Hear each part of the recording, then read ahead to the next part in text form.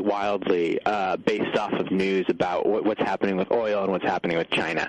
I mean, part of the reason that this oil price collapse happened is it appears to be that the demand for oil out of China slowed down at exactly the same time that the supply of oil was increasing, especially in the U.S. where they got really good at producing oil in places like North Dakota. You had tons of oil coming out, and then you had China buying less of it, and that's part of what led to the price crash.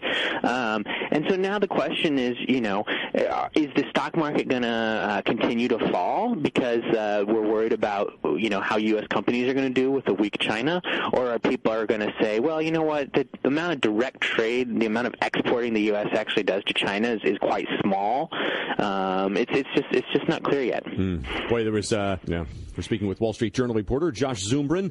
His piece is called "Global Malaise Spurs U.S. Growth Worries." What I thought at least was a startling number in your story. This latest survey of economists that the Journal did said 17% chance the U.S. will enter a recession this year. Yeah, so on the one hand, that's about a 1 in 6 chance. It's not certainly not a prediction that it's definitely going to happen, but it's alarmingly high. I mean, this is the highest that the group that we've done this survey monthly for years and years, and this is the highest that the odds that they've placed on a recession in about 3 years. And so if you think back to what things were like in 2012, you had a huge amount of uncertainty about what Congress was going to do. You had a big debt crisis in Europe, and the dimensions of that weren't clear, and whether or not that could trickle to the U.S.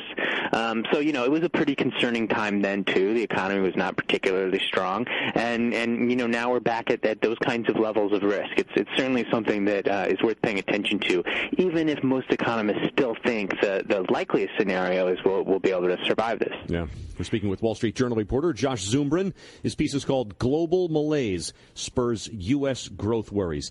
Big time. The Fed does not like market volatility. One of the things we saw repeatedly in the past 5 years was that the Fed would kind of try to they would get away from one of their stimulus programs, and then the markets would not respond very well. The economy would not respond very well, and so they would go back at it, and they would do another round of stimulus, or they would say that they're going to keep interest rates really low for even longer.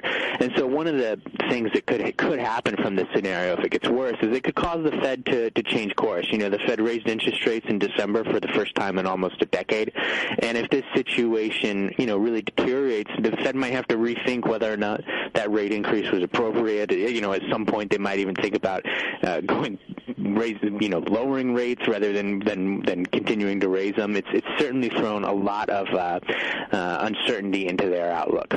What was the point you made in the story, too, about the U.S. having more than 100 million people working in service industries? Why is that relevant? Yeah, so one of the things that's unique about the U.S., and I think a lot of people don't realize this, is that the United States, compared to almost any other country in the world, does